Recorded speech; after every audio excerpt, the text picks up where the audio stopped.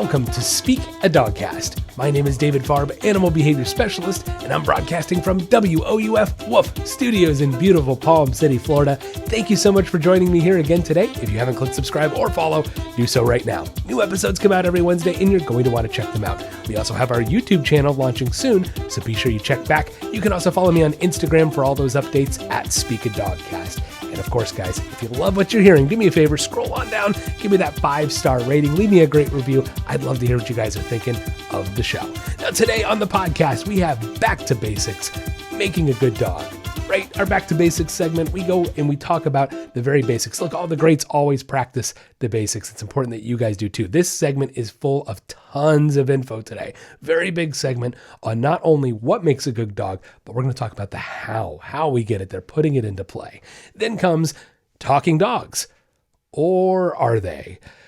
Oh boy, there's a lot on social media about dogs, and we're going to talk about one of those myths today. I try to keep it together as much as I can in that segment, but you'll check it out and see what I'm talking about. Then comes the first pets, followed by the listener Q&A. If you guys have questions for the listener Q&A, keep sending them my way. You can email me, questions@speakadogcast.com, or feel free to just message me on social media. Now, before we get going with today's show, got to ask you that trivia question, and today's question is going to be, what is the fastest moving ant? Yes, what is the fastest moving ant? I'll give you the answer to that question somewhere in today's show, so be sure you stick around, sit, stay, and enjoy the podcast.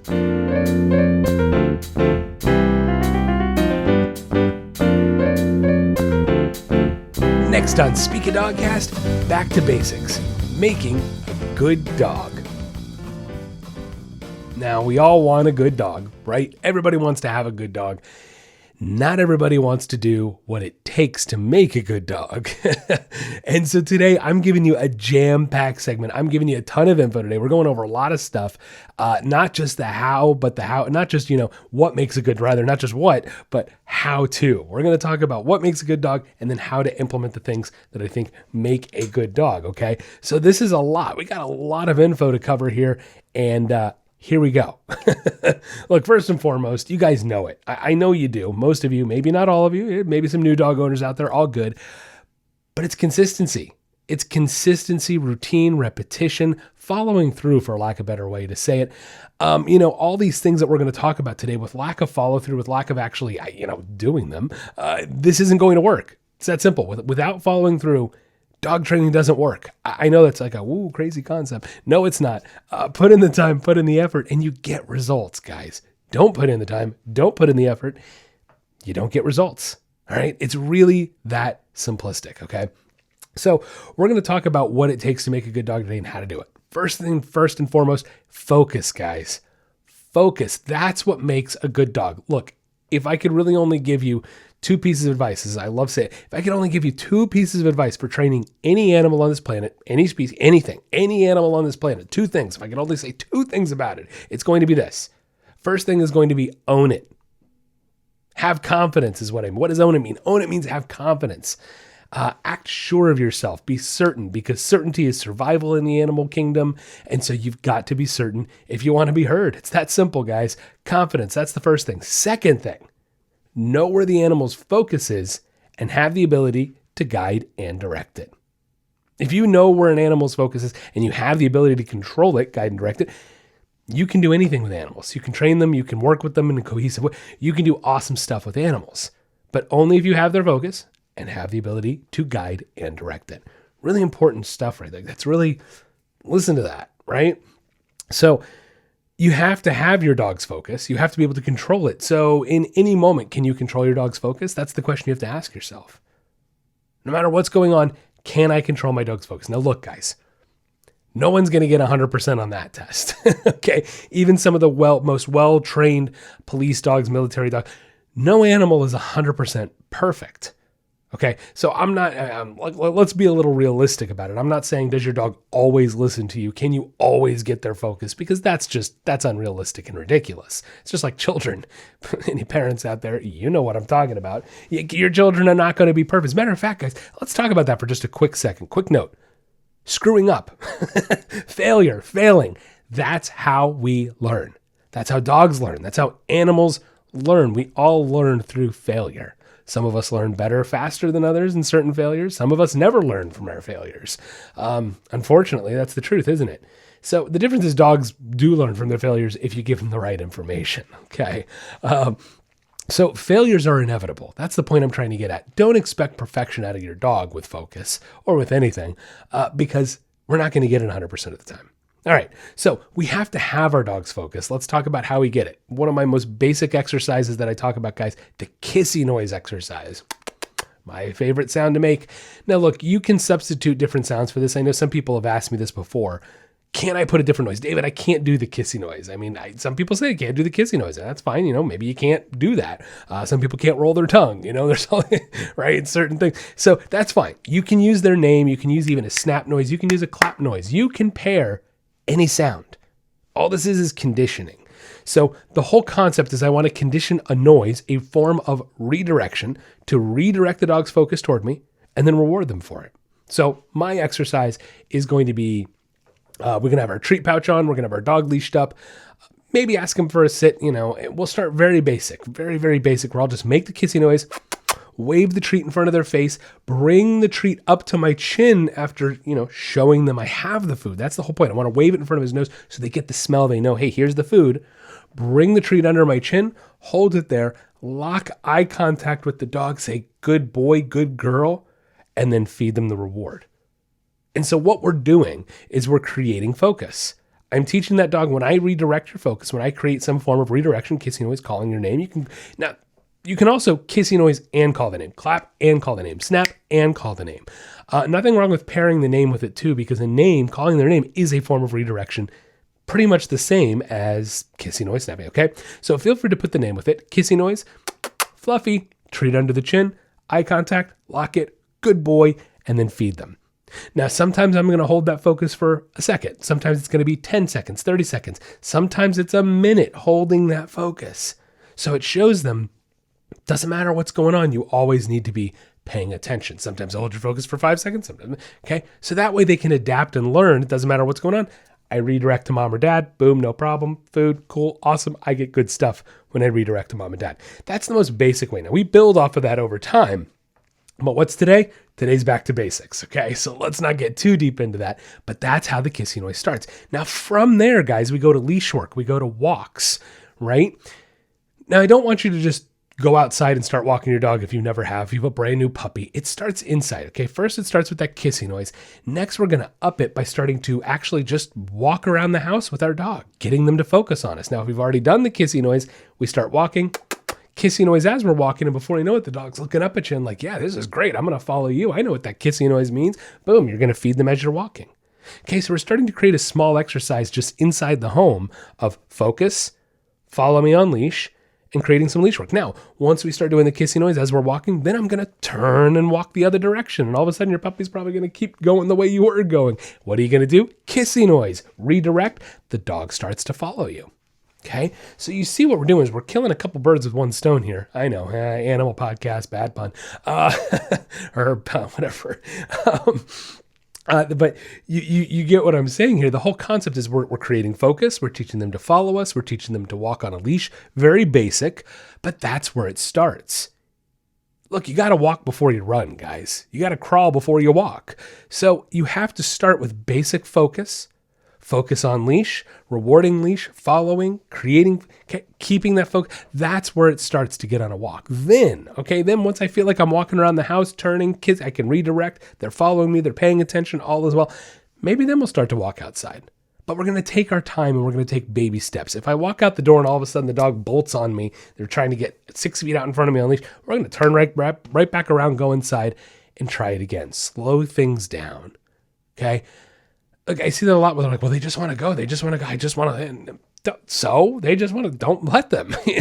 Whatever you let them get away with, that's the behavior they're practicing. And that's what they think just don't let it happen. Okay. So that's where it's going to start. Inside with focus, slowly introducing the leash, teaching them to walk and focus. Okay. Turning, starting to teach our dog, when I turn, you need to follow me. And then we take it outside and slowly make our way out onto the walk. Look, guys, I would rather you stick around the house and practice walking and turning in circles. That's a little bit of what it is, and easier said than done. I know I'm not giving you all the info right now.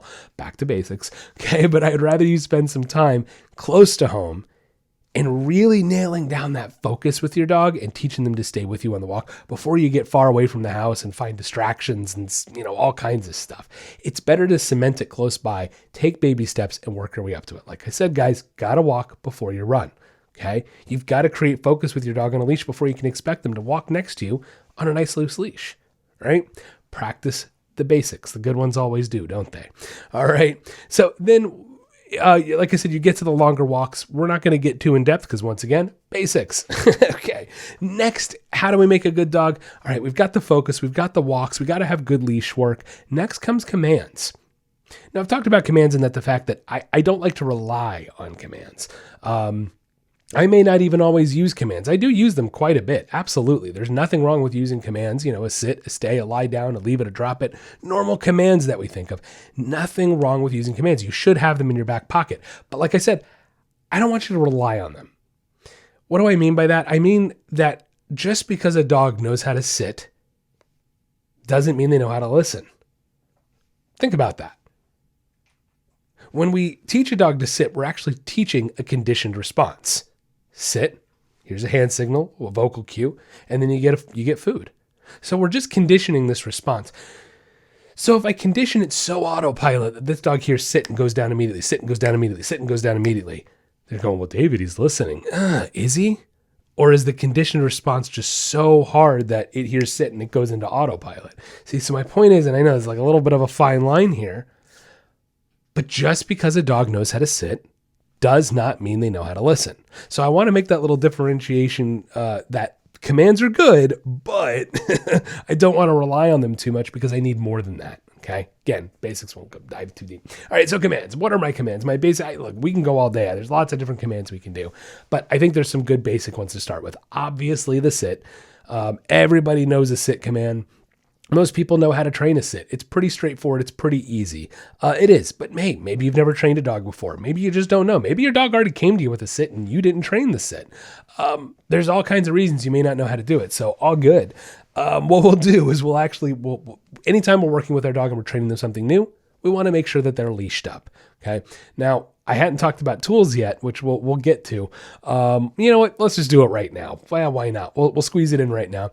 What kind of tools do you want to be using? Guys, 6-foot leash, a 6-foot regular old nylon leash or a leather leash, something that's not too, big and ridiculous, nothing that's retractable, nothing that's springy. I want a nice regular old 6-foot leash. Then we're going to use a martingale collar. Most of the time, that's my go-to collar. There are the exceptions, but vast majority of you out there, guys, vast majority of you, big dogs, small dogs, medium dogs, you name it, martingale collar, that's going to be your go-to. Martingale, martingale collar.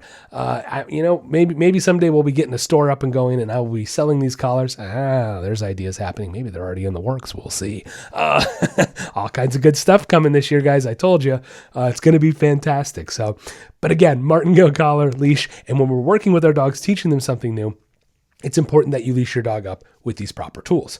Okay, now we have them leashed up. I've got my treat pouch and treats too. Don't forget your treats, very important. And what we're going to do is we're going to take the treat and kind of put it above the dog's nose, kind of guiding them back into a sit position. Now you can kind of combine this with a little pull on the collar. Pull, very light, guys, like a gentle directing pull back and treat up. And before you know it, the dog's going to be sitting backwards. And once they go into that sit position, you're going to say, good boy, and feed them a treat. Okay. Now you can also push on their butt a little bit. Sometimes people will push on the butt, kind of help them out. You can use a little collar and push at the same time. Nothing wrong with that either. Okay. But the whole idea is that we want to guide them into that sit, reward it. Guide them into that sit, reward it. Use the treat to guide them into the sit, reward it. Okay. Very quickly, your dog will understand. Now there's all different kinds of hand signals you can use. Guys, whatever. There's no right and wrong on that. Whatever hand signals you want to use for your dog are totally fine. Okay. Lie down. To teach a lie down, I like to put a dog into a sit first. This is why I like to teach the sit command first. Makes it a little easier. And then once they're in the sit, same concept, but going the other direction. I'm going to take the treat in front of their face, Make sure you're kind of holding the leash here though, because they might try to just pop up and move forward, and that's not what we want. I want to actually guide them into a lie down. So I might even pull down a little bit on the leash and bring the treat forward as to guide their nose down and show them I want them to come down. A lot of dogs, if you just provide a very little minimal amount of tension as you're pulling the treat down, they feel that, and a lot of them will just go right into it. It's fantastic. Once they lie down, feed them that treat. Now guys, little thing about the lie down, don't let your dog cheat, right? They try to like almost go all the way down, but keep the elbows up. Elbows all the way down. Don't accept anything less. First time they do it, second time, third time, fourth time, fifth time, sure, accept a little less. There's always exceptions to the rules. I always say that. But for the most part, after that, don't accept anything less than a full lie down. And then we can start a stay. I sometimes like to start teaching a stay from the lie down because they're already in like that kind of stationary neutral position, and you can kind of get them to just stay, right? So then I say stay. They keep saying, good, stay. Feed them a treat as they continue to lie down. Once I'm done with the treat, stay, continue staying. Then we get to the release word, right? This is why I like to train these in this order. It works very well. It actually flows very nicely because you do a sit, then you do a lie down, then you do a stay, and then we do a release. A release word is exactly what it sounds like. It's meant to tell the dog we're done. Okay? If I ask for a sit, you should continue to sit until I release you. If I ask you to stay, you should continue to stay until I release you. When I put down the food bowl, you should stay until I release you. We walk out the front door, you should stay until I release you. We're running through some fun tricks, and now we're done. I release them so they know we're done. Okay? So my release word's all right. Some people say, okay, doesn't really matter, whatever you want to make that release word. But the whole concept is that I'm going to release them. So they're in a lie down. They're in a stay. In order to show them that they're released, you're actually going to take the leash and just pull forward just a little bit, like guiding them up out of the lie down. Just give them a little pull and say, all right, at the same time. They'll pop up out of that position. You'll say, yeah, good boy, and get them to come to you, pet them, give them some love, good time for affection when you release them. You'll notice I didn't say anything about giving the dog affection when I was teaching these commands. Here's why. The problem is if you start going in and giving affection, your dog's just going to pop up, get excited, and forget about what they're even doing. But if I just can give a treat and say, good boy, keep doing that, keep doing that, keep doing that. And then once I say, all right, we're done, and then give the affection, I can actually utilize that affection to save it for the big reward in the end. If you have a good relationship with your dog, that reward means a lot to them. So I like to use that after the release and not use the affection during because it tends to distract. Food keeps them focused. Right? So a little food for thought there. Food for thought, food. Okay. So the next two commands are the leave it and the drop it. Leave it. Leave it means leave it alone. Don't touch that. Don't look at that. Leave that alone, right? The leave it can be a lot of things. It can be if I drop some food on the floor and I don't want them to touch it. Maybe it's something they just shouldn't put in their mouth. Leave it. Maybe they see a squirrel run by us when we're on the walk. Leave it. Maybe I just don't want to say hi to that person today. Leave it. Okay, how do we teach a leave it? I start with treats. Leash them up, right? We should already be leashed up. We're already training this stuff, right? So you guys are, okay. Leash them up. I'm going to put them in a sit, and I hold the leash, and I keep it pretty short. Then I'll move in with my hand, and I'll say leave it with a treat, right? Take the treat in my hand, move it toward their face, but keep it out of reach, and say leave it. Now, most likely the first time, what's going to happen? The dog doesn't know what leave it means. It's going to go for the treat. That's why we got a short leash. They go for the treat. They can't get to it. I pull them back and I say, no, leave it. Put the treat back again. They go to lunge again. Guess what? Pull them back. Say, no, leave it. Okay. Once they back off, you'll see it. They'll back off. Like they'll wait. They'll be, oh, okay. Yeah. Back off. If they back off for even just a good, leave it. Good.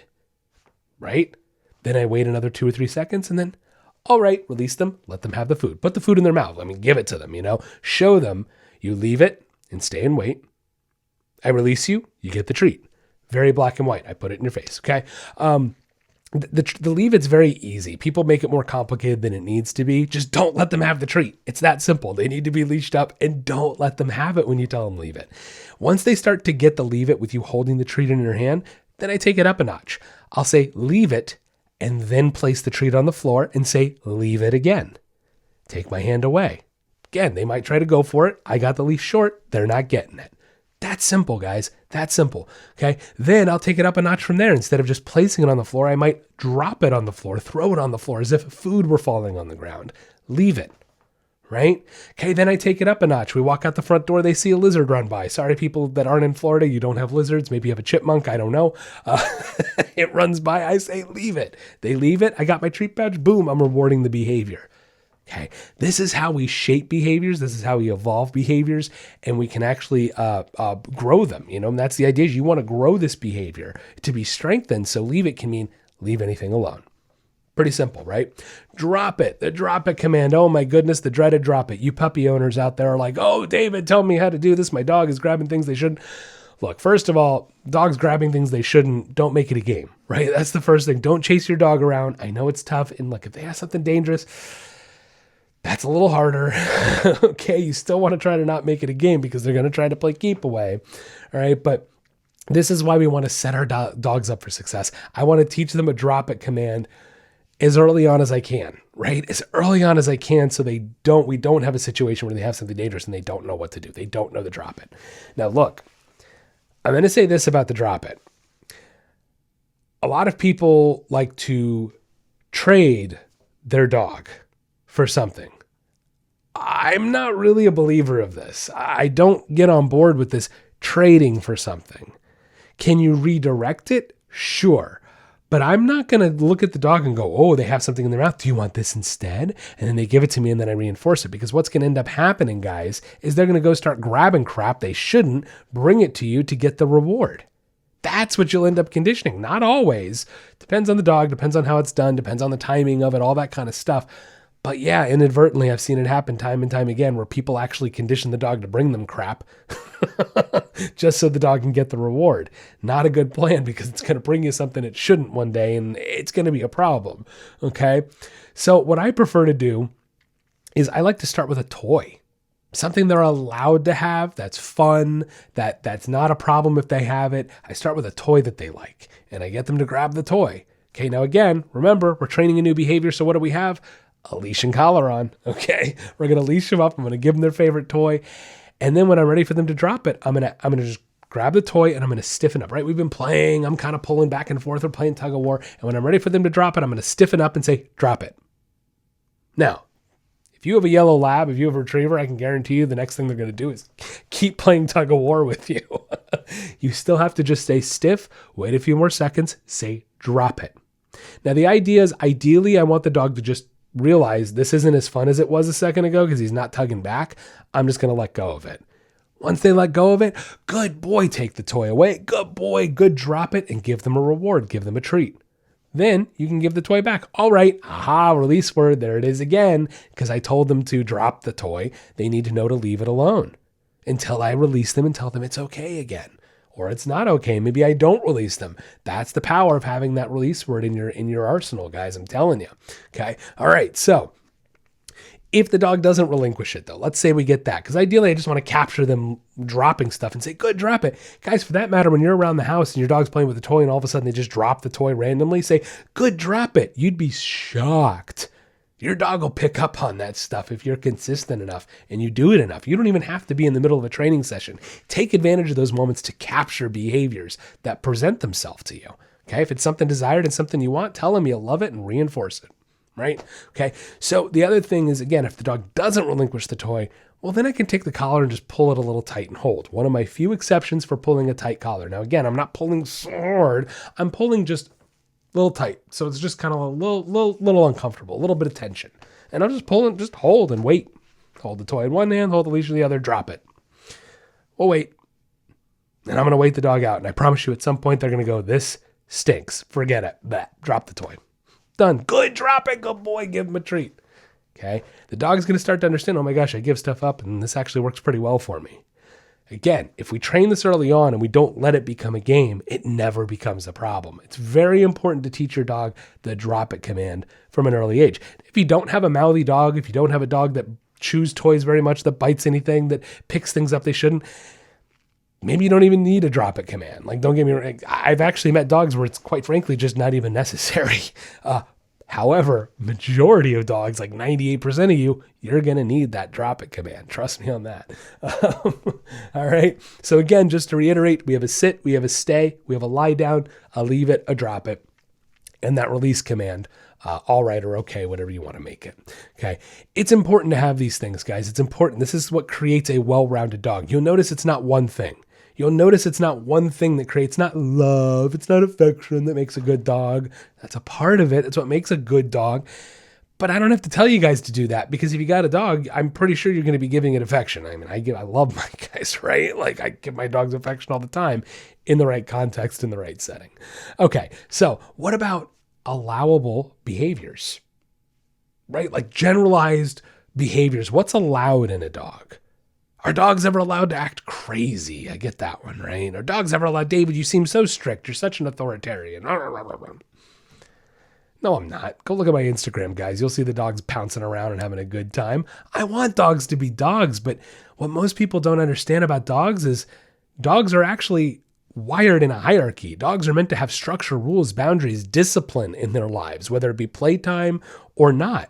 They are meant to have a constant structure in their life, as are we. Look at the way we live in our societies. That's what animals crave, guys. So yes, our dogs are allowed to be crazy, but within reason. I don't really like crazy, right? I don't even want that word. I want our dogs to be dogs. I don't want them to be nuts. I don't want them to be crazy. I don't want them to be lunatics. I don't want them to be bouncing like a ping pong ball over my house, because mentally I know what that means. We look at a lot of these cute behaviors in dogs, and I got news for you guys. They're not so cute. We think they are, but they're not. We humanize and anthropomorphize our animals, and we don't really understand this is a canine. This is wired differently than us. If it wasn't, it wouldn't be called a dog. Okay? So while I want my dogs to be dogs and go have fun, I also need them to know when I say stop, it's time to stop. When I say sit down and relax, it's time to sit down and relax. When I say come inside, it's time to come inside. When I say don't bolt out the door because there's cars in the road, I don't see what's so unreasonable about wanting a dog to be a dog, but people don't understand what that means anymore. That's really the problem. So you want to talk about allowable behaviors. I really just want my dogs to listen. That's really all I care about, guys. I want my dogs to be dogs, but I need them to listen. Need them to be able to focus. Need them to be able to pay attention. So when we talk about allowable behaviors, I do say to some degree, your dog is your dog. What you want to decide is acceptable in your home is, well, that's up to you. As a professional, I'll tell you if that's going to get you the best results, but it's your dog, guys, to each his own, you know? So like dogs being on furniture, that's a personal rule. That's exactly fits in with that. Whether you want dogs on furniture or not, nothing wrong with it. What I care about is, do you have control over it? Does the dog just jump on people's laps whenever the hell it feels like it? Does it just walk all over the couch like it owns the place and has no regard for other people's or other dogs' personal space? Does your dog get off the couch when you say get off? Does the dog get on the couch when you say get on? Is it a battle? These are the things that are important. And it's not the behavior unto itself. It's not the dog, the act of being on the furniture. It's how they are on the furniture. Do they get possessive over it? Right? So I ask you to just put a head on your shoulders, guys. Use some common sense and go, wow, should that be an acceptable behavior for a dog? Boy, they're lifting their lip at me because I want to sit where they are. And, well, Fluffy doesn't like to be disturbed when he's on his spot. Absolutely not. Wrong answer. Try again. No, that is an unacceptable behavior. This is what I'm talking about, guys. Use your brains. Dogs are not supposed to just go at people, and that's not normal. That's not okay, and we need to stop letting them do it. So we want to talk about allowable behaviors. Use your brain, guys. This isn't rocket science, okay? Behaviorally, what should a dog do? They should be calm. They should be respectful, believe it or not. Yes. They should not bark at every dog they see. They should not bark at every noise they hear. They should stop barking when you tell them to. They should, for lack of a better phrase, they should do what you ask them to do. That's why they're man's best friend, guys, because they want to please you. But if you don't give them the right info, you don't give them the right, what happens, right? So I know I kind of went on a little tangent on the allowable behaviors. Let's move on. How about heading off bad behaviors? That's what really makes a good dog. Getting ahead of this stuff, not allowing bad behaviors to snowball and escalate out of control.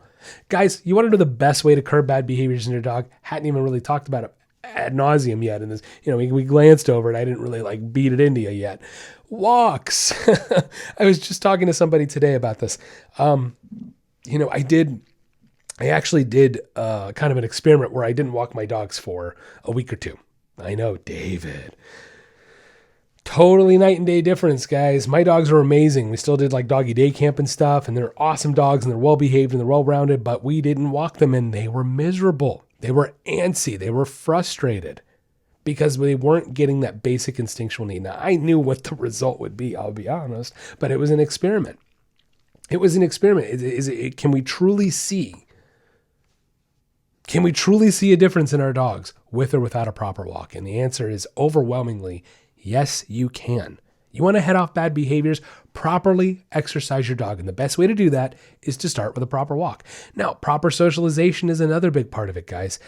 I mean, honestly, like everything else aside from, the focus, the specifics of the walks, the commands, everything else aside, you want to create a good dog. You want to make a good dog. You need to walk them every single day, and you need to walk them properly. You need to properly socialize your dogs around people, around dogs, around animals, constantly getting them around, giving them the information of what is acceptable behavior and what is unacceptable behavior. And without that proper socialization, you cannot create a well-rounded dog.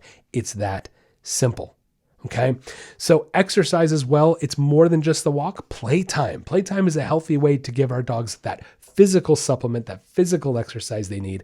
And it's a very important part of their lives and their natural structure. Games, playtime with puppies. For predators in general, playtime is a way to simulate the hunt. So it's an instinctual way to give them that good exercise that they need. It's not a substitute for the walk, but it is a supplement for the walk.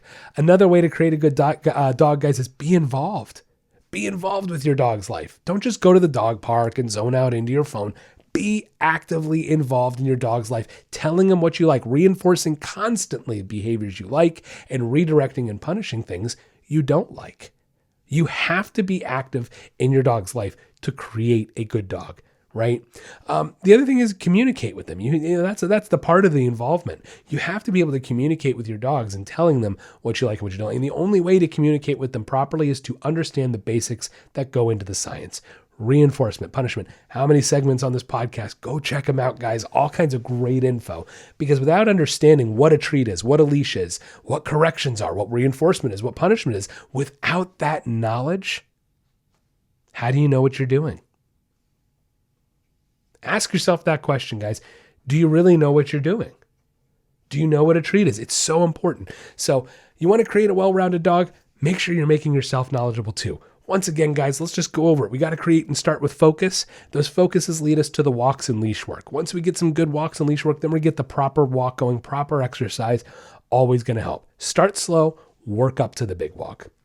Next thing to create a great dog is going to be those commands. We got the sit, we got the stay, lie down, leave it, drop it, and of course, that release command. Releases are very important so your dog communicates to them, I am asking something from you. Hey, now we're done. Really important stuff, guys. Now, the other thing is, of course, we got to get just heading off all these bad behaviors. Best way to do it is to properly walk, properly exercise, properly socialize your dog. Be involved with your dog. Take an active role in making sure you're communicating with them what you like, what you don't like. Always reinforcing and strengthening good behaviors, desired behaviors that you like, and making sure you're getting out there and walking your dog, guys. That is what's going to make a good dog.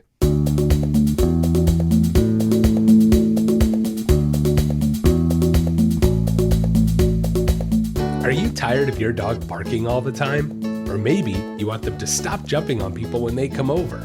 Or does your dog take you for a walk instead of the other way around? Well, we can help.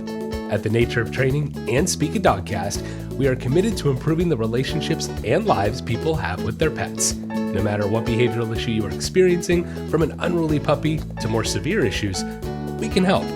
Our virtual training programs are catered to you and your pet and create a training plan that gets results.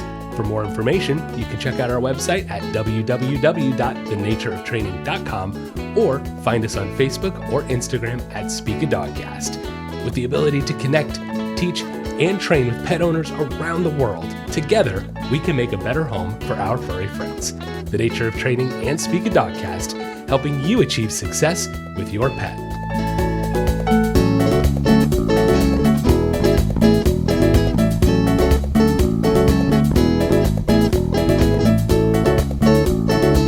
Next on Speak a Dogcast, talking dogs. Or are they? Yeah, y'all know probably what I'm talking about, whether you've seen it on TikTok or Instagram. The dogs that push on the buttons, they step on the buttons and the button makes a noise, a word, right? It repeats a word. And you've seen it, guys. You probably see. For those of you that haven't seen it, I'm gonna have a really hard time with this segment today. I'm just being honest. This is gonna be tough for me to keep it together, because of the absurdity. Yeah, so they put these buttons, right? Like y'all have seen the little tap lights, like a little light that you hang and you tap the light and the light turns on. That's what the button looks like. Or if you've ever played the game, what's that game? Taboo? Is that right? It has the little button. You push it.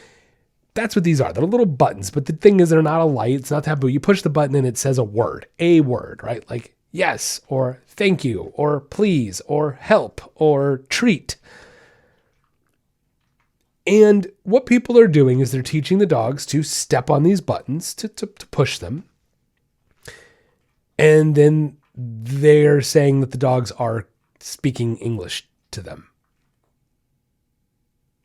The dogs are figuring out and knowing which button to push to speak in sentences to human beings. Are y'all hearing me? Y'all laughing with me? There are legitimately people, I'm not joking, guys. There was one account I came across the other day where this person is legitimately putting out these videos saying, we don't even understand the science and science is wrong and the dog is communicating with me and it's forming sentences. And has the world lost its mind?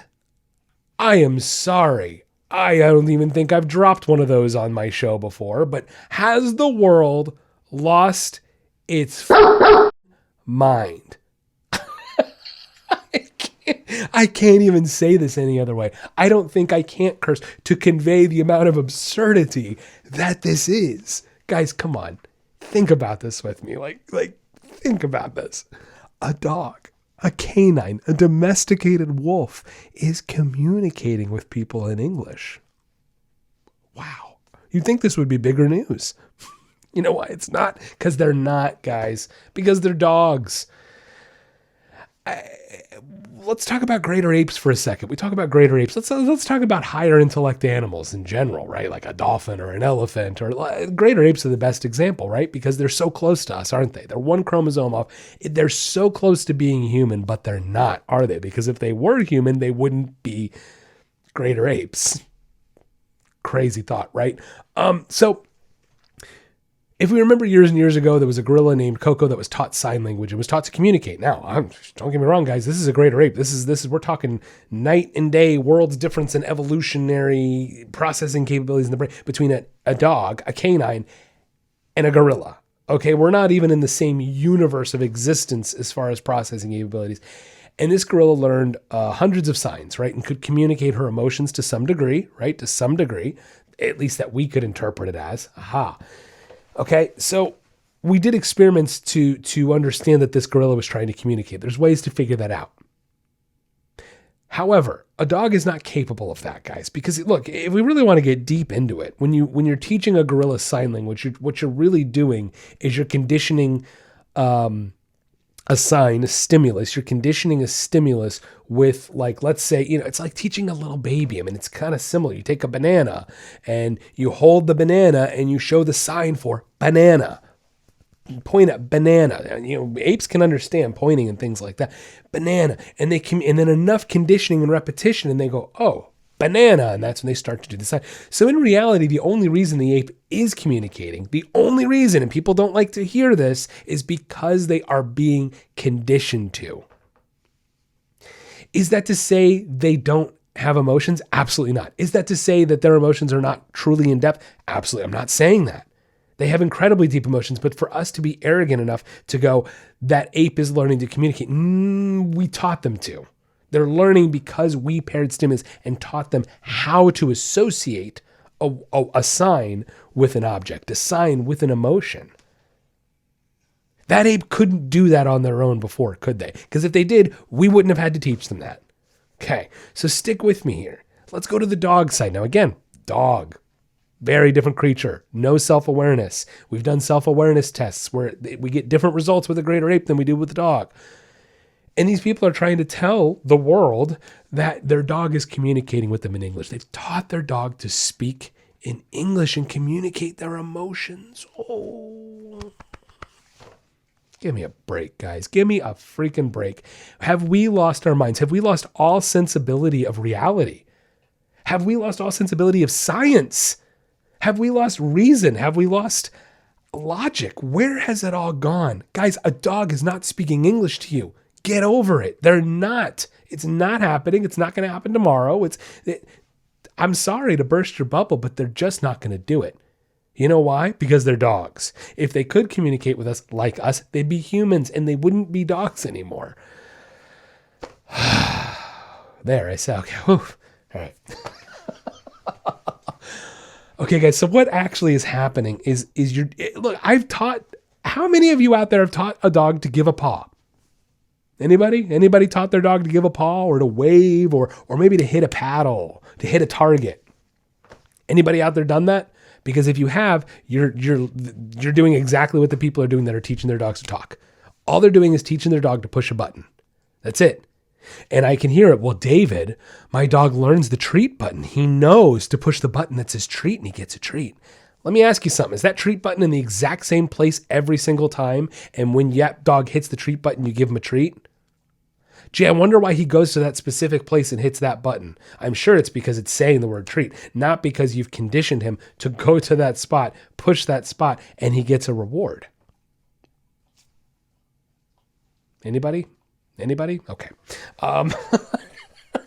You see my point here, guys. If you look at it from a reasonable standpoint of logic, guys, that button doesn't have to make a noise. It doesn't even have to say the word treat, and I could guarantee you that dog will still go push that button that doesn't say anything. Because if you've conditioned to push that specific button and it gets a treat, guess what it's going to do? Oh my gosh. Guys, the anthropomorphizing of animals has to stop. It's gone beyond. Thank you, Disney. Seriously, though, I hate to say it, it's the truth. Disney really has not done animals a good deed. They haven't, guys. They haven't, because every time Disney goes and puts out a damn movie about some anthropomorphizing animal, what does everybody go and do? They want to go out and buy that animal. Look at what happened in the 90s with Air Bud. Everyone went out and bought was getting a golden retriever. People were trying to get monkeys in the 90s when that monkey was on Friends and Pirates and all those other movies. And, granted, at least the monkey in Pirates wasn't being anthropomorphized too much. It was some degree. You see my point. You see the problem. It snowballs, guys. It just snowballs out of control. And before you know it, people think their dogs are speaking English to them. I get such flack from people. From the average dog owner who doesn't know any better. Just be truthful, guys. I'm just being honest right now. I get flack so much of, David, you don't think they think and feel. And guys, I never say they don't think and feel. It's never what I've said for a second. But what I am saying is you're putting your own emotions onto them. And by doing so, you're then anthropomorphizing the animal. You're humanizing them. And so your view is skewed. I'm sorry. You're biased and it's incorrect. You can't sit here and tell me, oh, the little human, it's like a little baby, it's like a little this. He does this one thing just like a person. No, he doesn't. You just think he does. Guys, I'm sorry to be the bad guy. I'm so sorry to have to burst your bubbles on this, but I've got to bring the world back down to reality that dogs don't speak English. Go watch the videos for yours. That's the other thing. I watched a video the other day that was cut. And this person had tried to convince everybody that she had trained her dog. I can't even believe this. Train her dog that she was giving the dog medication. And then the dog would get a medication, would get a treat after its medication. And so the dog was pushing, help, treat, help, treat. And so she goes, oh, he knows. He knows it's time. It was the time I give him his medicine. He knows. Couldn't possibly be because you're giving him a treat. Guys, what about people who feed their dogs at 5 p.m. every day? What does the dog do at 5? If you feed your dog at exactly 5 p.m. every day, what's going to happen at 4:58? Woof, woof, woof. A conditioned response. So if you give your dog their medication at the same time every day, and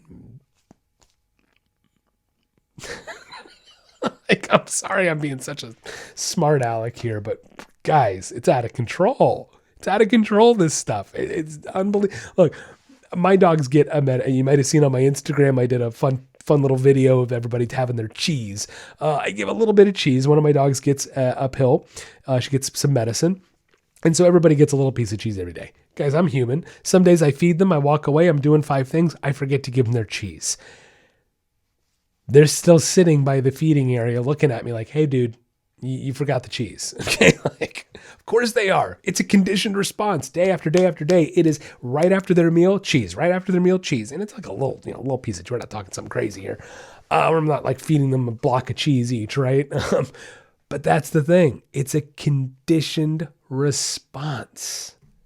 It's a conditioned response. People don't like to, my dog knows. It's a conditioned response, guys.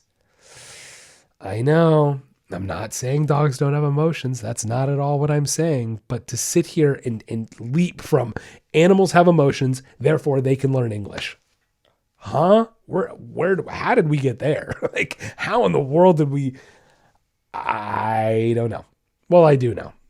Society. We've anthropomorphized animals so much that our view has become very skewed. So look, guys, please put a head on your shoulders. I'm begging you guys. I'm begging you.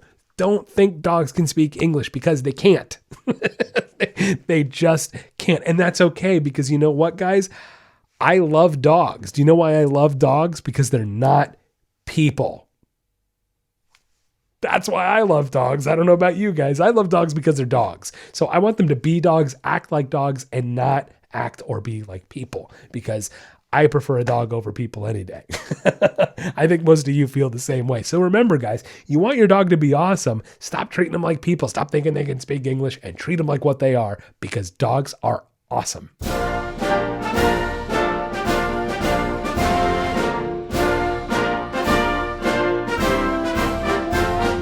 Next on Speaking Dogcast, it's the First Pets. Today on the First Pets, we'll be talking about Dwight D. Eisenhower. Now, Eisenhower, he was the 34th president of the United States, serving from 1953 to 1961. During World War II, he served as Supreme Commander of the Allied forces in Europe and achieved the 5-star rank of the General Army. He planned and supervised the invasion of North Africa in Operation Torch in 1942 to 43, as well as the invasion of Normandy, D-Day, from the Western Front in 1944 to 1945. Quite an incredible human being. Now, he had 2 pets, a parakeet named Gabby and a dog named Heidi. Heidi was a Weimaraner, and she was born on May the 9th, 1955. Now, unfortunately, her stay was actually short-lived in the White House, as quite a few dogs have been, as we've learned with this awesome segment. Yeah, she ended up having an accident, peeing on a very, very expensive rug. Not just expensive, guys, but $20,000 in 1950 money, roughly equivalent to $250,000 today. Look, nature's miracle is great stuff, but $250,000 rug, I don't want to be responsible for that one. Now, there were some other incidents leading up to this before the peeing incident that did also contribute to Heidi having to be relocated out of the White House. She actually was very protective over the First Lady and Eisenhower. There were times she'd actually jump in front of the press, in front of the camera people, get in between them, and maybe scaring a few people along the way, right? So they decided to send her to their farm in Gettysburg, Pennsylvania, a much better, quieter home for her. Now, Weimaraners were actually not very well known in the United States at the time. There was even a bit of period of time there when Weimaraners that were exported out of Germany were actually castrated before leaving to ensure purity of the line. But Eisenhower helped contribute, and Heidi, of course, helped contribute to more recognition of the breed.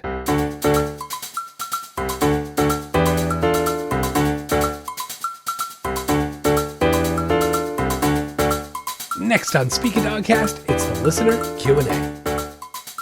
The first question today comes from Brian from Vancouver, Canada. Brian says, how often should I get my doodle groomed? He's a golden doodle, and it seems like keeping up with him never ends. Great question, Brian. Doodles are a pain. They really are. Their coats are impossible. Some of them are better than others. Some of them tend to be more wavy and the less curly. Depends on how much doodle, how much golden, how much lab, how much King Charlie, all the cavapoos, the doodles, the Bernedoodles. There's so many doodles out there. And yeah, golden doodles tend to be, from my experience, their fur is the toughest. So good luck to you. No, look, honestly, if the truth is, you really should be doing just about daily brushing. You heard me right. Daily brushing. Brian, I hope you have a lot of people in your family or a lot of people that live with you, because everybody needs to contribute. Yeah, look, that's the truth. You got a golden doodle, that fur, in order to keep it from matting, keep it nice, especially around the paws, around the paws where there's a lot of, in the grass and the dirt and on the ground, it tends to get matted easier, knotted easier. So it's really important that you're diligent about staying up on the grooming yourself. Now, how often should you professionally get your dog groomed? Really once a month is about the max you want to be doing it. Maybe not even that. Really depends. It's going to depend upon the time of year, right? You may need to grow the coat out for winter, may need to shave it down a little bit for summer. So it kind of depends. And if it's shaved down, you may not, you may be able to go a couple months until it grows back in, especially again, if you're diligent about keeping up on brushing it. Honestly, that's the key. The key to not having to avoid having to go to the groomer and spend so much money is to do it yourself. The more you guys just keep up with the daily brushing, the less often you'll have to be visiting the groomer. Part of it is also a little bit of it depends on each dog. Again, season cut that they have, what kind of cut. That's going to depend on how often you get them groomed. Once a month is going to be the max though. So kind of hope that helps you out. Next question. This comes from Vishal from Miami, Florida. Vishal says, everybody in my neighborhood is very dog friendly, and that's great. However, when they say hi, they want to get my dog overexcited and encourage him to jump all over them. I don't want him to jump on people. How can I get them to understand that I don't want this and to not make my dog go crazy? Yeah, look, sometimes when I'm out on the walk, I don't say hi to people because I can tell from a mile away how it's going to go. If I have a dog in training and they're only going to get overexcited, they're only going to get my dog overexcited, I won't say hi sometimes. I'll be honest. Sometimes I avoid saying hi because I know what the end result's going to be if I'm in training, if I'm in that training process. But look, you just need to reason with them. You need to, talk to them and have them understand. Okay. And I hate to be that kind of guy, but it's like, dude, if you can't adhere to my rules with my dog, then I don't need to say hi to you. I'm sorry. Like, my dog's not here for your pleasure. That's not why they're here. They're not here to jump all over you. Look, I know people with similar issues, and it's tough because you don't want to make enemies of your neighbors, but at the same time, in my opinion, your neighbor's being pretty disrespectful that they don't care about your rules for your dog. It's the way I see it. Your neighbors are being rude is my opinion. The other way is you don't even have to hire a trainer. Just tell them you've hired a trainer and you're working on the jumping. People tend to understand when you're spending money on something, they respect it more because people don't like wasting money. Everybody can relate to that. So look, I'll lie to them a little bit. Oh, hey, we've hired a trainer. We're working on training. We're working on trying to get him to stop jumping. Would you mind helping me train? And then you turn it. That's how you get people to stop. Ask for their help to train your dog. Don't just be like, we don't want him to jump. And then they go, oh, it's okay. No, hey, we're actually training him to not jump. Would you mind helping me do that? People love to help you train your dog. People love to be needed. So it's a good way to kind of flip it. And then you can actually get a training experience out of it. Teach your dog to not jump on them. At the end of the day, though, you can't control people. Some people are not going to listen, and there's nothing you can do about that. Again, that's where I go back to my default of, well, then you don't get to say hi to my dog. Have a nice day. Sorry, too bad, so sad. But I hope that kind of helps you out. Try to turn it into a training opportunity. Get the people to help you, and maybe that'll kind of smooth it over and make it go a little better. The answer to today's trivia question, what is the fastest moving ant? It's the Saharan desert ant. Yes, they can actually move at 855 millimeters or 33.66 inches per second. May not sound like much, but it is actually 108 times the insect's body length in 1 second. That'll wrap up the podcast today. Thank you so much for listening in. If you haven't clicked that subscribe or follow button, do so right now. New episodes come out every single Wednesday. You're going to want to check it out. Follow me on social media at Speak a Dogcast. Have a wonderful week. And don't forget, get out there and walk your dog.